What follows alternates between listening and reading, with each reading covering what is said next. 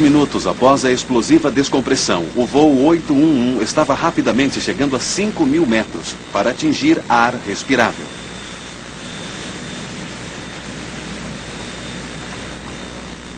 United 811, qual sua posição? United 811, centro, estamos a 15.5. Sabe dizer o que houve? Parece que uma porta estourou. Diga aos comissários para prepararem a evacuação. A tripulação finalmente conseguiu ficar a uma altitude segura, mas agora eles enfrentavam inúmeros problemas. O mais eminente era a desintegração do motor 3, a ponto de explodir.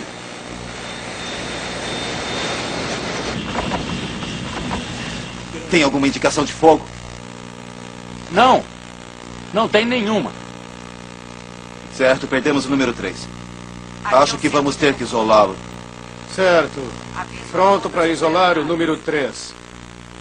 Devido ao mau tempo, mantenha Número 3. os canais de... Antes de isolar o número 3, o gerador pifou. Devido ao mau tempo, Parece tudo bem tentar agora. os canais de...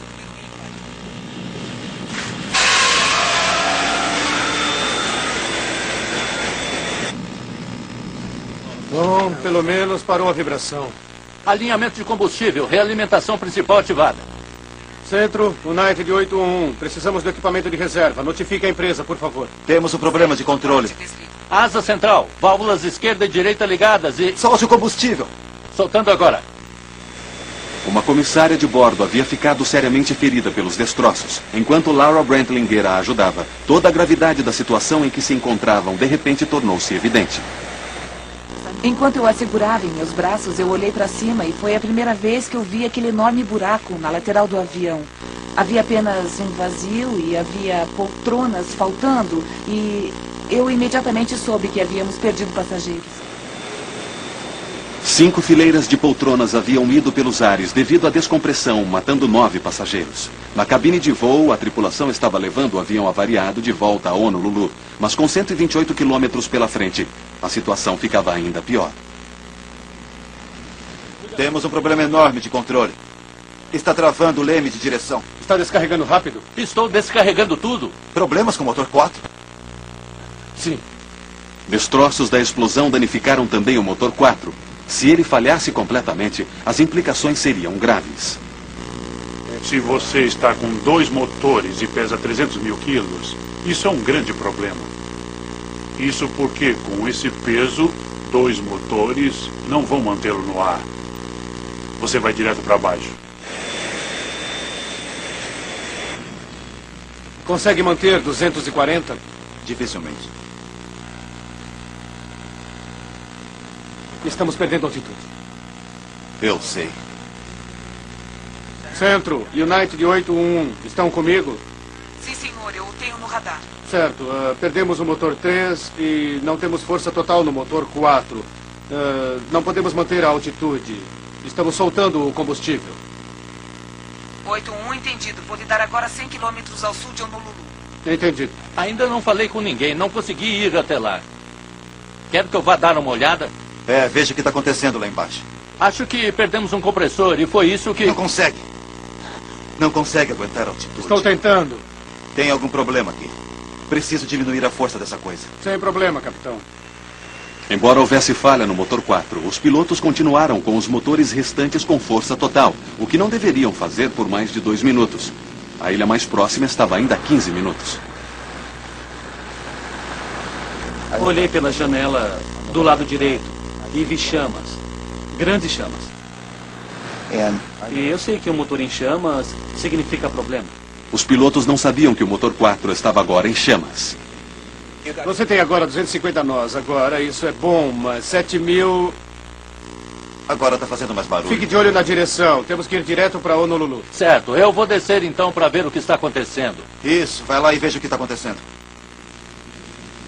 Eu vi o engenheiro de voo descendo as escadas.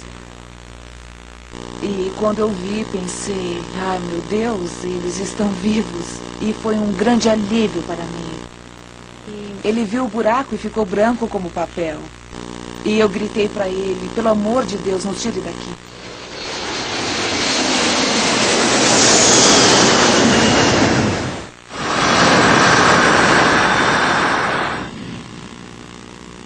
Temos um incêndio lá fora. O fogo é no número 4. O procedimento é desligar o motor. Não vamos conseguir manter essa altitude com 2.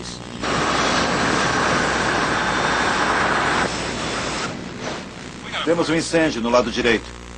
Estamos com 2 motores agora. Todo lado direito simplesmente se foi desde aquela parte lá atrás até... Está tudo aberto, a gente vê tudo lá fora. Como é que é? Parece que foi uma bomba. E a fuselagem? A fuselagem está toda aberta. Centro, parece que foi uma bomba que explodiu do lado direito. Todo o lado direito se foi. Certo, desde aquela parte lá atrás até... E alguém... Algumas pessoas devem ter morrido, eu não sei. Sabia que havíamos perdido pessoas. Não sabia quantas. Na verdade, só soube no dia seguinte quantos haviam morrido. Mas...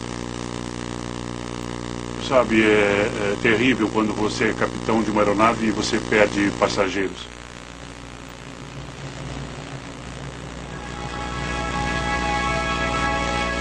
Lee Campbell voltava para casa na Nova Zelândia e estava sentado na poltrona 108, logo de frente da porta do compartimento de carga.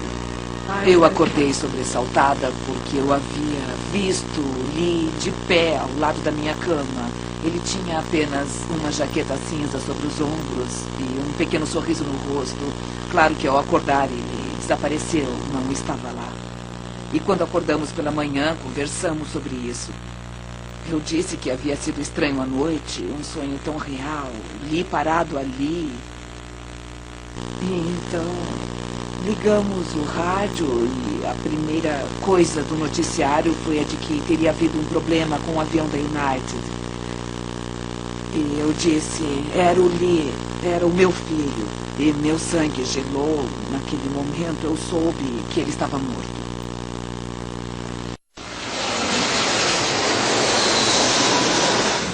Central, está ouvindo? Nós evidentemente tivemos uma bomba a bordo, alguma coisa assim. Perdemos uma grande parte do lado direito do avião. Entendido.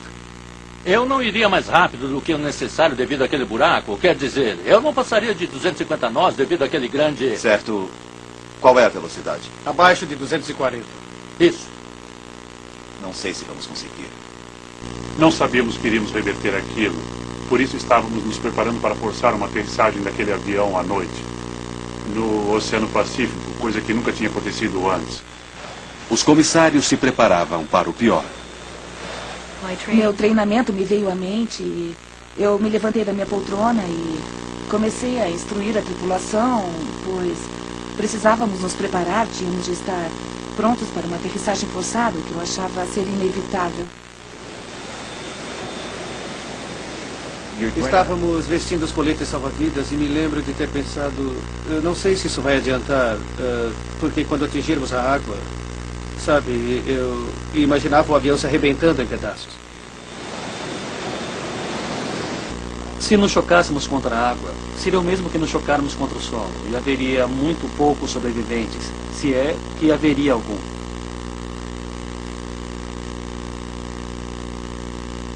Então comecei a pensar no que era importante para mim, e naquela altura era meu filho.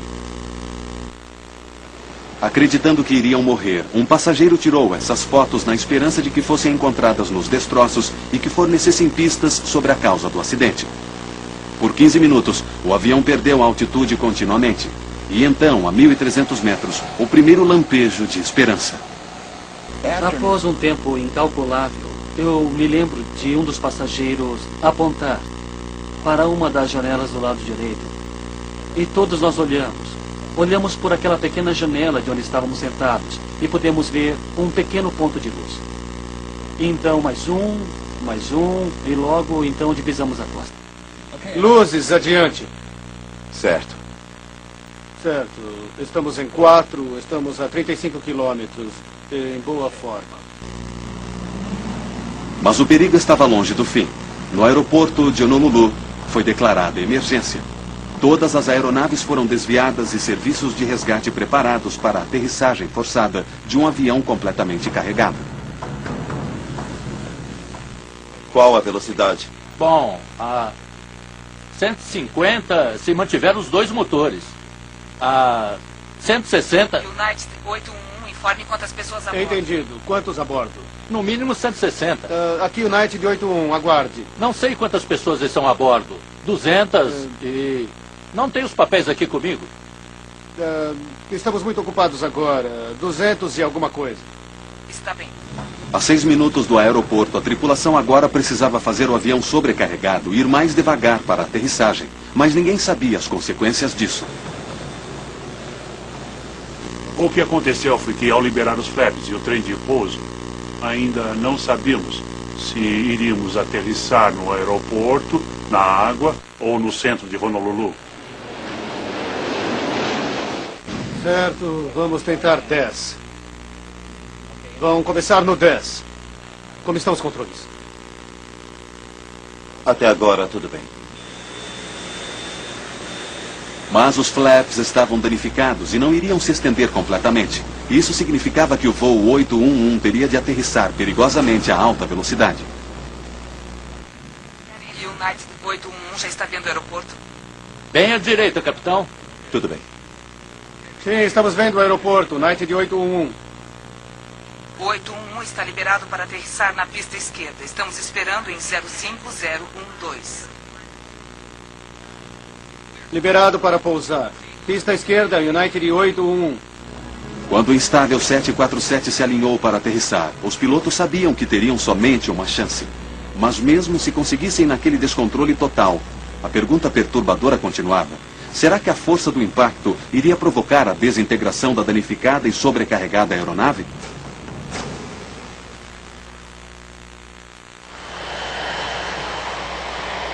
Gravemente danificada, com uma estrutura de ar instável e perdendo altitude com apenas 2 motores, o voo 811 começava sua aproximação do aeroporto de Honolulu.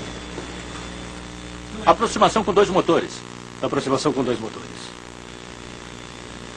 Ainda não tínhamos ideia da distância que estávamos do solo e se conseguiríamos chegar a Honolulu, mas aquela parecia ser a hora certa. Se estávamos próximos de algum lugar, provavelmente iríamos tentar aterrissar, estar com os passageiros na posição de impacto. Assim, quando começamos a gritar, eles se abaixaram e ficaram na posição de impacto.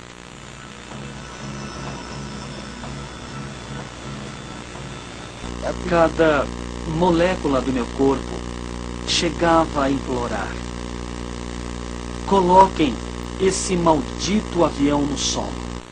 Como é que estamos com a hidráulica? Hidráulica está boa. Temos freio? Hidráulicos normais. Então temos freios, mas vamos ter apenas que reverter o 1 e o 2. Então eu achei que talvez houvesse uma chance de que fôssemos mesmo tentar aterrissar e um pensamento veio à minha mente. O que acontecerá agora no impacto? Explodimos? Caímos todos por esse enorme buraco? Apesar de soltar combustível, o avião ainda estava criticamente pesado. Mas com os flaps não totalmente abertos para mantê-lo no ar, ele precisava se aproximar rapidamente. Descendo a 300. O perigo era de que a carga pudesse se soltar e o avião se partisse. 1,5. 190.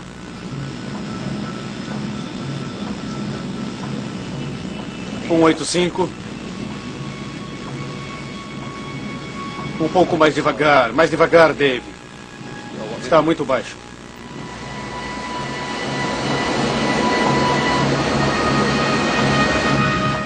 Chegando na pista de pouso. Tudo bem. Vamos tentar as rodas. Ninguém sabia se a explosão havia danificado o mecanismo de aterrissagem. Me lembro de Laura dizendo não ter ouvido o trem de aterrissagem baixando. E fazia barulho, ainda estava alto, e não ouvi o trem de pouso baixar. E então pensei que talvez não pudessem baixá-lo, talvez não conseguissem. Trem de pouso baixado. Estamos prontos para aterrissar e está tudo sob controle pelo que sabemos.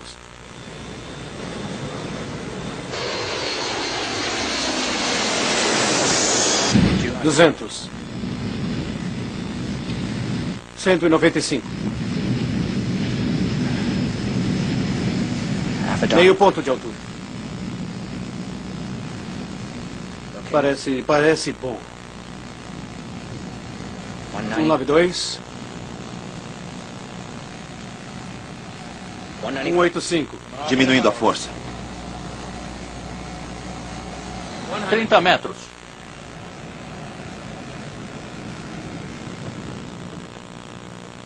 $15 metros.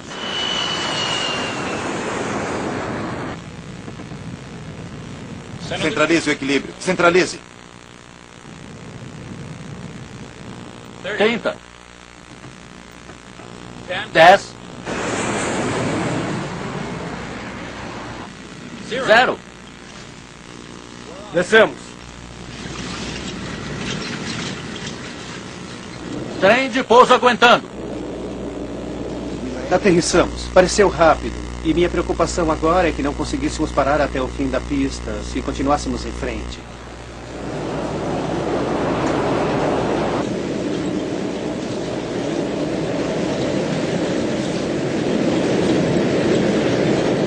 E de repente começamos a ir mais devagar, parando. E eu disse, meu Deus, aterrissamos, estamos em terra. E as pessoas começaram a aplaudir.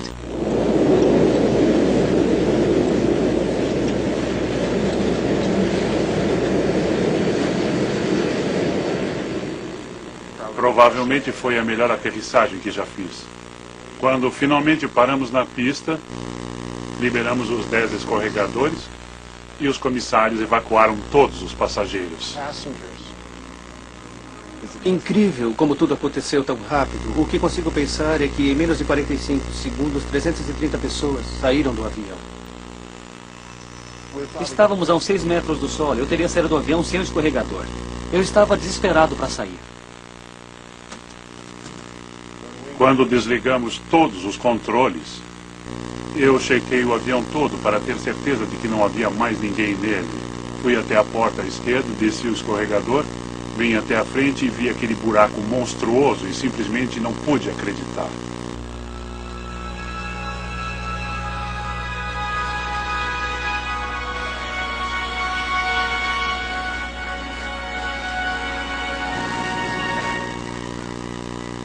Nós conseguimos pela graça de Deus e foi uma experiência terrível. Espero nunca mais passar por isso. Foi uma loucura, um delírio e assustador o tempo todo.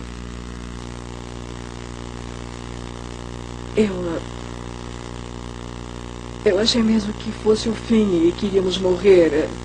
Foi o meu primeiro pensamento, que aquele fosse o meu fim.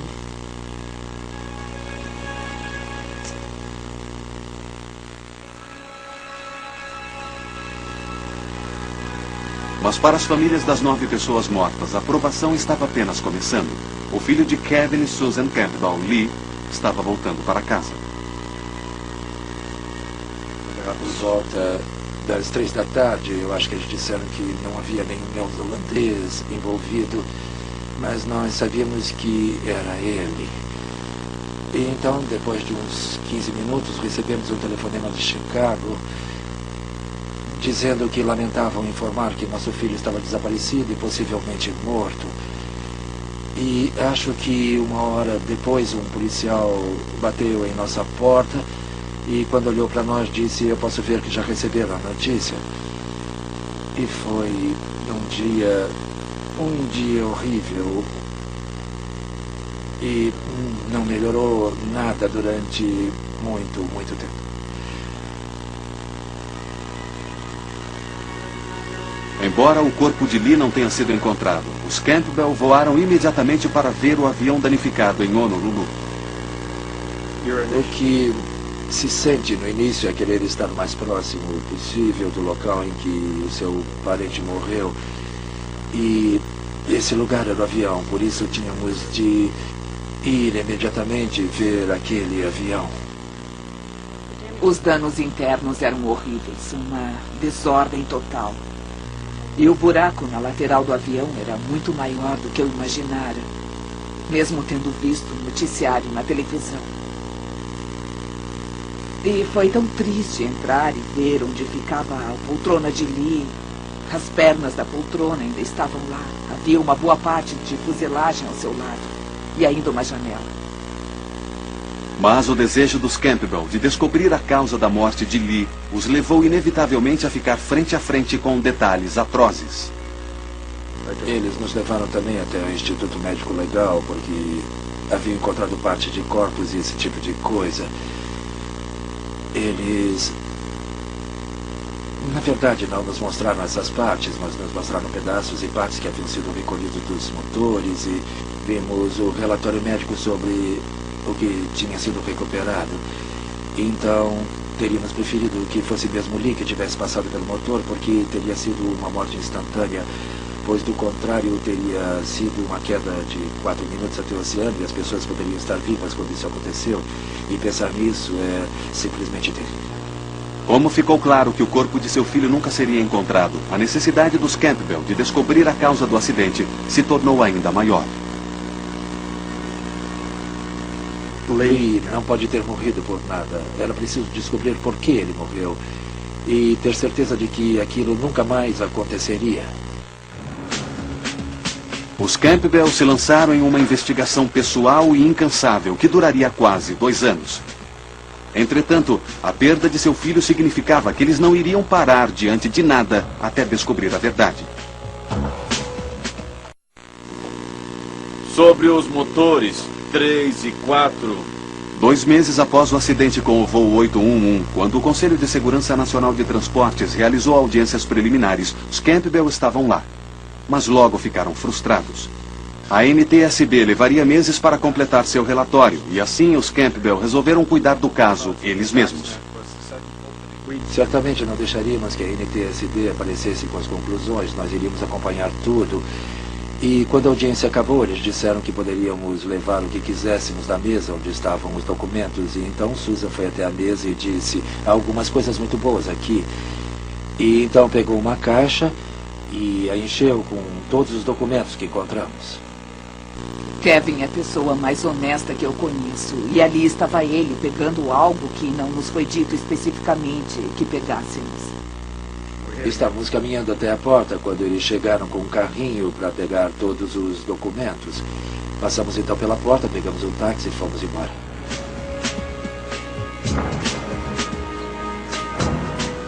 Assim, logo percebemos que tínhamos uma série de documentos muito bons, onde constavam muitas coisas não reveladas ao público. E pudemos, de fato, iniciar seriamente nossa investigação a partir dali. Os documentos não publicados revelaram uma alarmante lista de problemas com a porta da frente do compartimento de carga, desde o seu projeto inicial. Em vez de uma porta tamponada que fica comprimida em sua estrutura quando o avião se pressuriza, a Boeing optou por uma porta com abertura para fora. Isso permitia mais espaço para a carga, mas não era um sistema de segurança integrado. Assim, a Boeing construiu o que acreditava fosse um mecanismo de trava-a-porta de acidentes. O que eles fazem é construírem um sistema múltiplo que lhes garanta que a porta esteja adequadamente travada e que não se abra. E você constrói isso de tal forma que é extremamente improvável que a porta venha a se abrir. E o que então deu errado no voo 811? Os Campbell logo descobriram que o problema estava no projeto do mecanismo de trava. Para fechar a porta do compartimento de carga do 747, motores elétricos giravam travas em forma de C, ao redor de pinos na estrutura da porta. Então, uma alça movia os braços em forma de L, conhecidos como setores de trava, sobre as travas em C, para evitar que elas se abrissem. Mas já em 1975, problemas haviam sido detectados com os setores de trava. Kevin Campbell, engenheiro experiente, construiu um modelo para mostrar os pontos fracos no projeto da Boeing. Inicialmente, os setores de trava foram feitos de alumínio. E em 1975, a Boeing chegou à conclusão de que elas não eram resistentes o suficiente. Eles dobraram o alumínio para deixá-lo 2 vezes mais denso.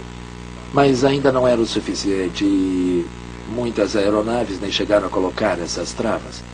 A fragilidade do alumínio aumenta dramaticamente o risco da porta se abrir acidentalmente. Como os setores de trava de alumínio, se as fechaduras tentassem se reverter, abrindo eletronicamente, apenas empurrariam o setor de trava para fora do lugar. Simplesmente não era o trabalho para o qual fora projetada. Por 20 anos antes da catástrofe do 811, Aviões 747 haviam voado com essa fragilidade crucial.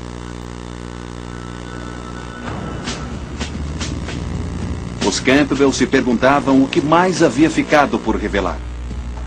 Eles redobraram seus esforços para descobrir toda a verdade por trás daquele acidente que havia matado seu filho.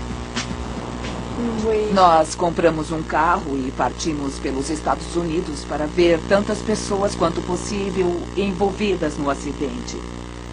Começamos por Seattle, passando por Chicago até Washington, descemos até Kentucky, Miami e passamos de volta por San Diego e Seattle. E essa foi apenas uma viagem. Os Campbell logo descobriram que um chocante incidente, semelhante ao do voo 811, havia mostrado claramente o perigo da porta do compartimento de carga.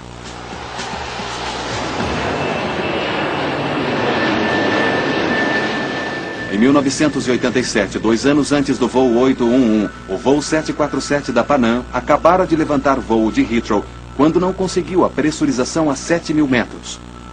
Os pilotos tiveram de voltar. Quando voltaram a Heathrow, descobriram que a porta estava aberta a quase 4 centímetros na parte inferior e todas as travas estavam abertas. Ao chegarem à base de manutenção, descobriram que todos os setores de travas estavam tortos ou quebrados. Por que teriam as travas em C virado e entortado os setores de travas? A Boeing alegou que a tripulação em terra devia ter manuseado erradamente o mecanismo. Mas a investigação dos Campbell descobriu outra pista vital para o porquê da trava em C ter virado. Um relatório chamava a atenção para os problemas com o sistema elétrico das portas. Havia uma falha no interruptor S2 da trava mestre que deveria ter desligado a energia da porta quando o puxador externo estivesse fechado. Esta foi uma descoberta alarmante.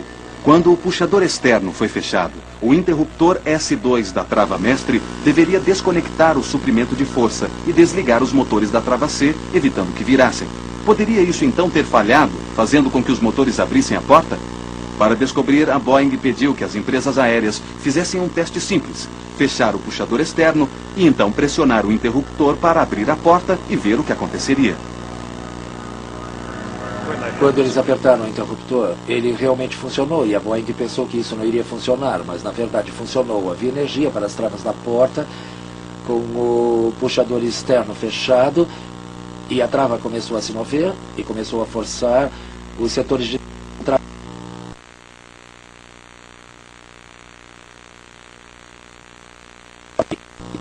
Então a Boeing interrompeu os testes. Mas isso significava que naqueles aviões o interruptor S2 havia falhado, o que é uma falha silenciosa. E todos aqueles aviões poderiam ter o mesmo problema do 811. Eles estavam esperando apenas que um curto-circuito abrisse as portas.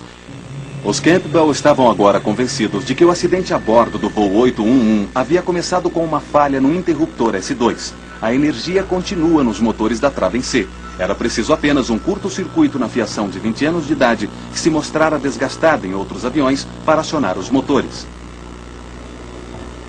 Os setores de travas de alumínio eram fracos demais para evitar que as travas se virassem e a porta do compartimento de carga se abrissem. Após um ano de investigações, a NTSB tinha uma versão diferente dos acontecimentos. Os Campbell tiveram um choque.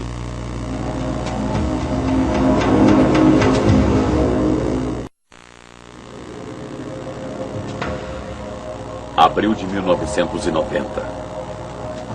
Depois de esperar por um ano pelo relatório oficial, Kevin e Susan Campbell esperavam que ele sustentasse sua teoria do que havia provocado o acidente do voo 811.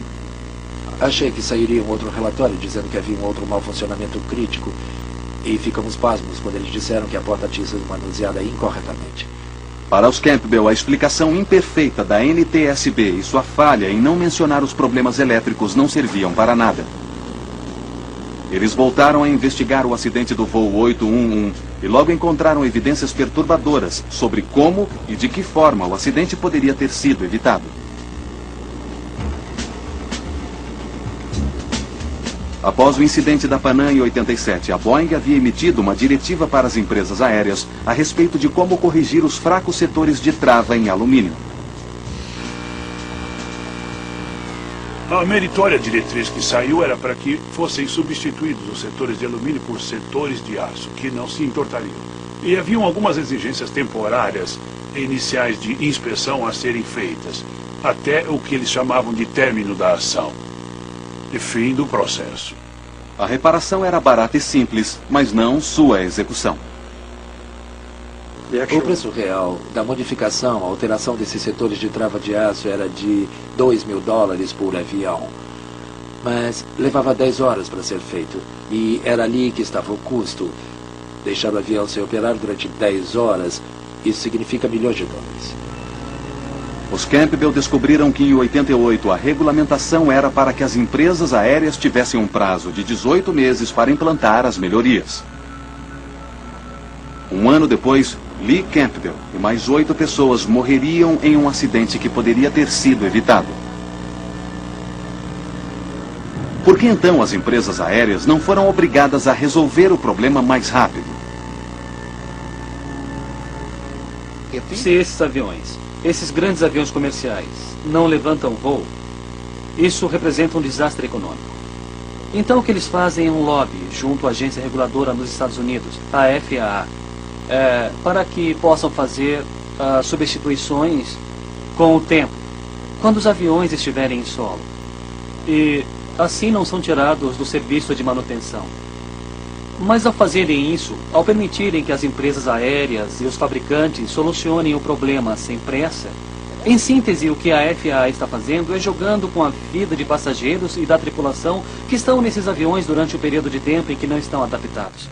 Depois das mortes no voo 811, a FAA imediatamente diminuiu o prazo para reparar a porta do compartimento de carga de 18 meses para apenas 30 dias.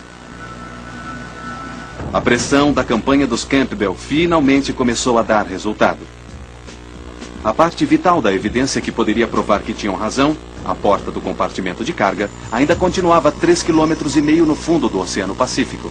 Mas quando começaram a aparecer artigos na imprensa americana, a NTSB comissionou a Marinha Americana para procurá-la. 160 quilômetros ao sul de Honolulu, um submersível começa a vasculhar o leito do oceano. Fomos para Honolulu e esperamos por lá enquanto eles faziam suas tentativas. E eles finalmente recuperaram a porta a 4.500 metros de profundidade, a maior profundidade até então. E recebemos um telefonema uma hora depois de ela ter sido retirada da água.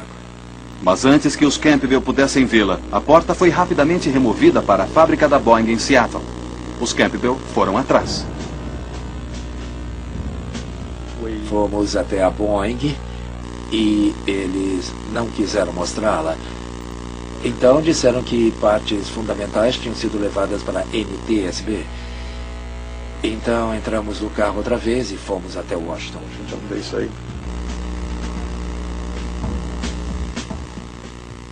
Chegamos ao escritório de Ron Shalidi.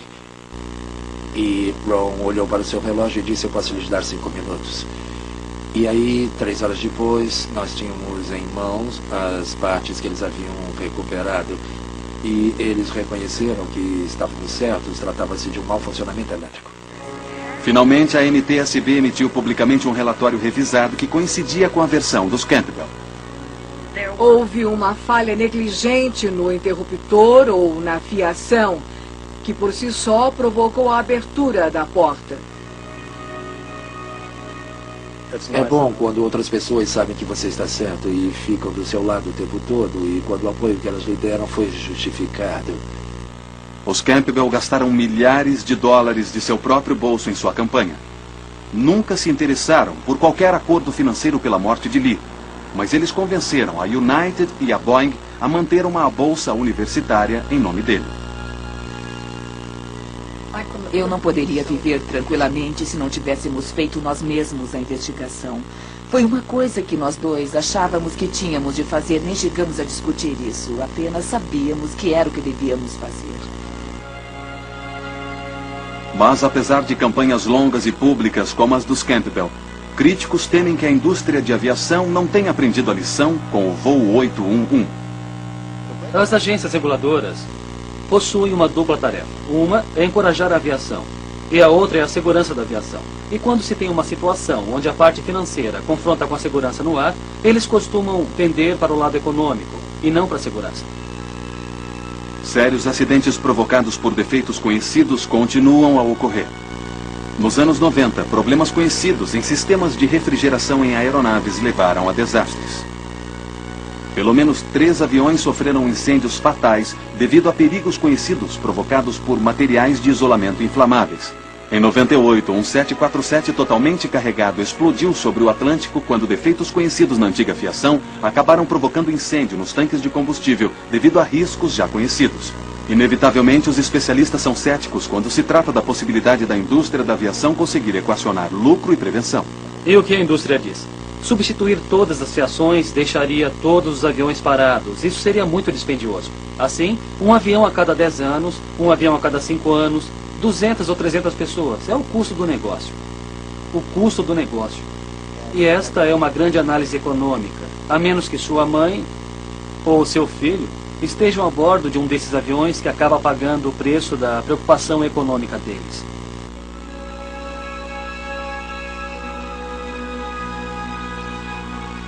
Para alguns dos sobreviventes do voo 811, o preço foi alto. Cada membro da tripulação lidou com isso de forma diferente. Sei que ainda há 2 membros da tripulação que nunca mais puseram os pés em um avião. Foi muito difícil para mim.